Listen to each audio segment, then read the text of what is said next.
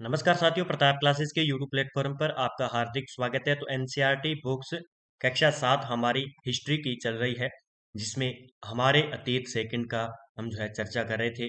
आज अध्याय नंबर 2 की बात करेंगे, जिसमें नए राजा और उनके राज्य के बारे में चर्चा करेंगे।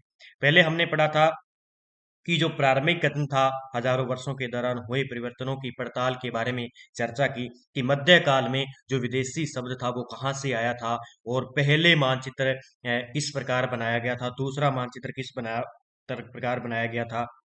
और राजपूतों के बारे में जाना कि राजपूत किस प्रकार अपने आप को होने का दावा करते थे कि हम वो हैं। इस्लाम के बारे में हमने चर्चा की। ठीक है, तो मध्यकाल के बारे में जो इंपॉर्टेंट क्वेश्चन थे, हम उनके बारे में चर्चा की। आज हम बात करेंगे नए राजा और उनके राज्य के विकास के बारे में, किस प्रकार उनका सिस्टम था। ठीक है, तो बात करते हैं। इससे पहले मैं आपको थोड़ी सी जानकारी प्रताप क्लासेस के ऐप पर उपलब्ध जो भी ऑनलाइन टेस्ट सीरीज है उसके बारे में आपको अवगत करवा देता हूँ।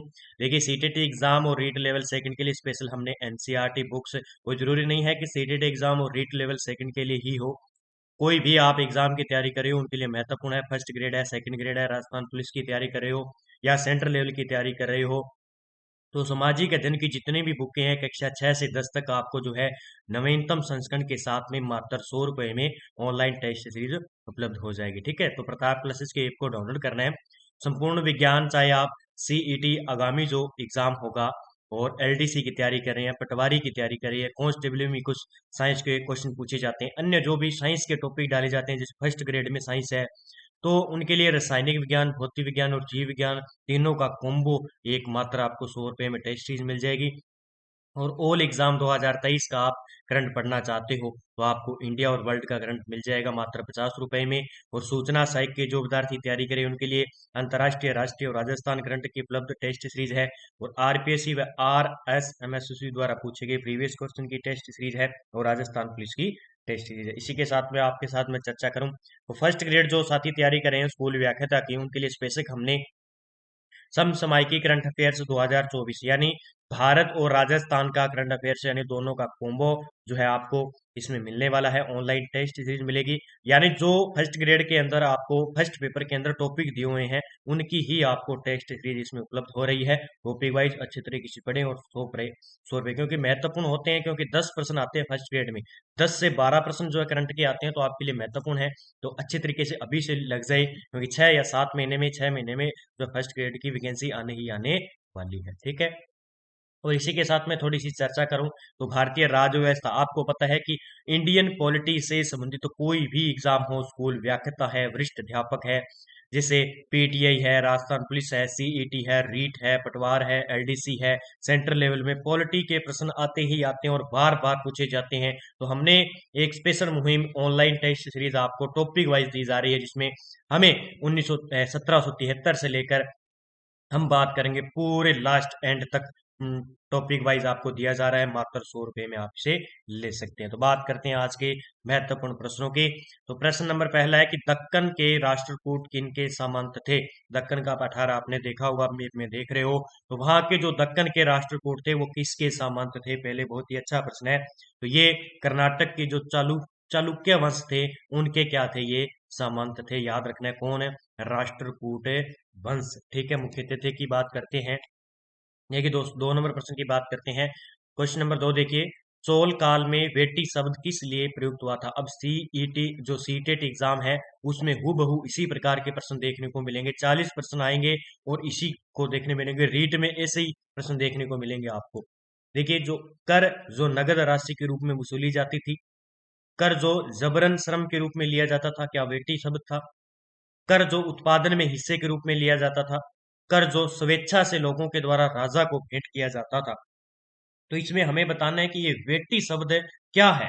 वेटी शब्द की हम बात करें तो ये है जो जबरन श्रम के रूप में लिया जाता था, उसे कहते हैं वेटी कर। ठीक है, याद रखना है ये वेटी कर क्या है, जो जबरन श्रम के रूप में लिया जाता था।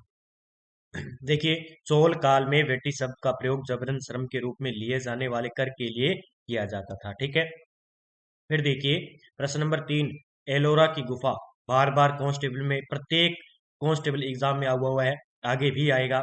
एलोरा की गुफा 15 के भित्ति चित्र जिसमें भगवान विष्णु को नरसिंह अवतार में दिखाया गया है, अर्थात पुरुष और सिंह के रूप में। यह किस काल की कृति है? ठीक है, तो एलोरा की गुफा है कहाँ पे? आपसे पूछा जाए तो महाराष्ट्र के अंदर है। कहाँ पे है? अजंता की गुफा, एलोरा की गुफा, ये बहुत ही प्रसिद्ध है। तो इसका आंसर हो जाएगा राष्ट्रकूट काल के जो है काल के अंदर ये कृति मिली है। किसकी मिली है? गुफा है एलोरा की, लगभग इसमें 29 से 30 गुफाएं हैं। तो 15 नंबर जो गुफा है इसके अंदर भित्ति चित्र मिले हैं, यानी भगवान विष्णु को नरसिंह अवतार में दिखाया गया है और पुरुष सिंह के रूप में। ठीक है, तो याद रखना है ये।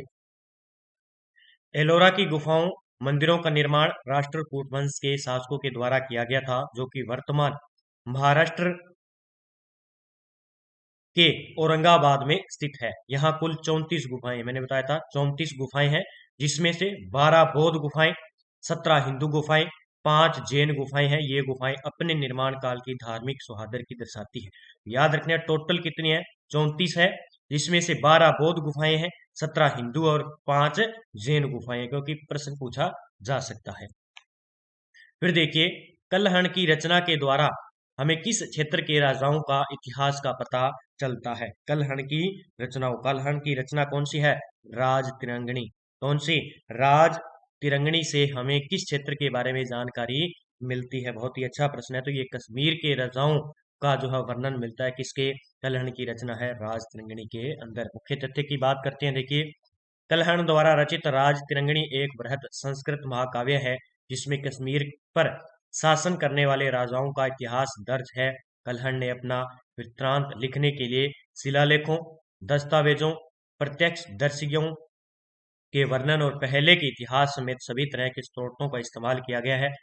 12वीं सदी का इतिहास जानने का यह एक असाधारण ग्रंथ था। ठीक है, फिर देखिए 5 नंबर प्रश्न कहता है कि गुर्जर प्रतिहार राष्ट्रकूट एवं पाल वंश के शासकों के बीच चली लंबी लड़ाई की चर्चा प्राय त्रिपक्षीय संघर्ष के रूप में की जाती है। सदियों तक चली गई इस लड़ाई का कारण क्या था? ये जो है सेकंड ग्रेड के एग्जाम में, फर्स्ट ग्रेड के एग्जाम में ये प्रश्न पूछे जाते हैं बार बार। तो इसका आंसर क्या हो जाएगा कि कन्नौज पर नियंत्रण के लिए ये त्रिपक्षीय संघर्ष चला था। इनके बीच में एक तो गुर्जर प्रतिहार थे, वहां का शासक था नागभट्ट। ठीक है, ये प्रश्न सेकंड ग्रेड और फर्स्ट ग्रेड में पूछा गया। ये राजस्थान में गुर्जर प्रतिहार वंश आए थे, तो उनका एक शासक था नागभट्ट।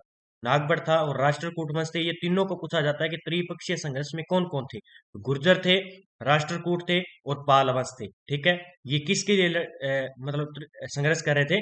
कन्नौज पर नियंत्रण के लिए। ठीक है, तो देखिए तीनों राजवंश कन्नौज पर नियंत्रण के लिए सदियों तक संघर्ष करते रहे, क्योंकि कन्नौज गंगा के उपजाऊ एवं साधन संपन्न क्षेत्र में अवस्थित था तथा कन्नौज की स्थिति सामरिक रूप से महत्वपूर्ण थी, इसलिए संघर्ष कर रही थी। फिर 6 नंबर प्रश्न कहता है कि अफगानिस्तान के गजनी प्रांत के सुल्तान महमूद गजनी अपनी भारत विजय के दौरान जीते हुए लोगों एवं प्रांतों के बारे में जानना चाहता था। इस काम के लिए वह किस विद्वान को अपने साथ लाया था? तो अपने साथ लाया था अल बरूनी को। ठीक है, याद रखना है कौन था? अफगानिस्तान के गजनी प्रांत के सुल्तान महमूद गजनी अपनी भारत विजय के दौरान जीते हुए लोगों व प्रांतों के बारे में जानना चाहता था। इसके लिए उसने अल बरूनी को अपने साथ लेकर आया था विद्वान।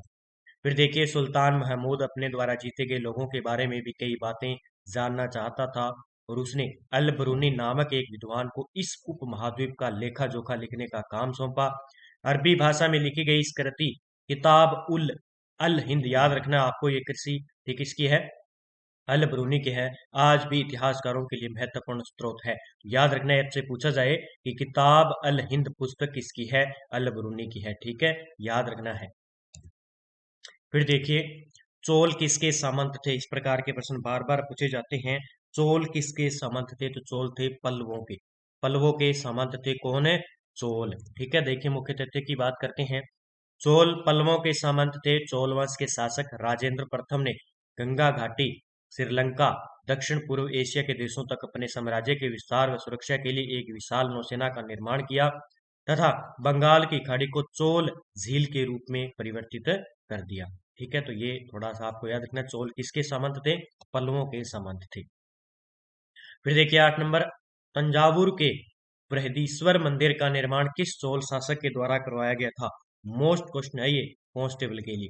कांस्टेबल के विद्यार्थियों के लिए महत्वपूर्ण क्लासें हैं ये सारी की सारी हिस्ट्री की। ठीक है, तो इसका आंसर हो जाएगा राजराज। क्या हो जाएगा? राजराज के द्वारा तंजावुर के बृहदेश्वर मंदिर का निर्माण करवाया था। देखिए, तमिलनाडु के पूर्वी तट पर कावेरी नदी के उपजाऊ डेल्टा क्षेत्र के तंजौर नामक शहर पर बृहदीश्वर मंदिर का निर्माण चोल शासक राजराज ने करवाया था।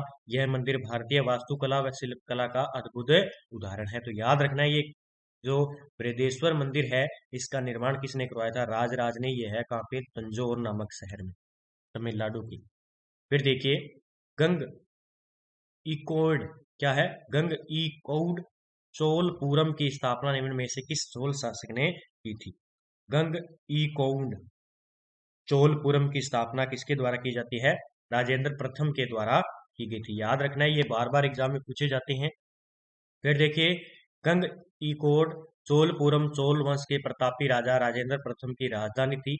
जब उसकी सेना ने कलिंग पार करते हुए दक्षिण कोसल, बंगाल और मगध होते हुए गंगा तक के क्षेत्रों को विजित किया, तब इन विजय के उपलक्ष्य में इसने गंगेकोड की उपाधि धारण की थी। ये पूछा जाता है कि गंगेकोड की उपाधि धारण किसने की थी?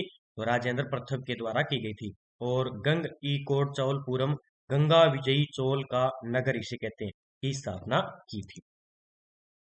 फिर है कि निम्न कथनों पर विचार कीजिए। देखिए, व्यापारियों के संघ को चोल काल में नगरम कहते थे तथा ये शहर के अंदर प्रशासनिक कार्य भी करते थे जो नगरम थे।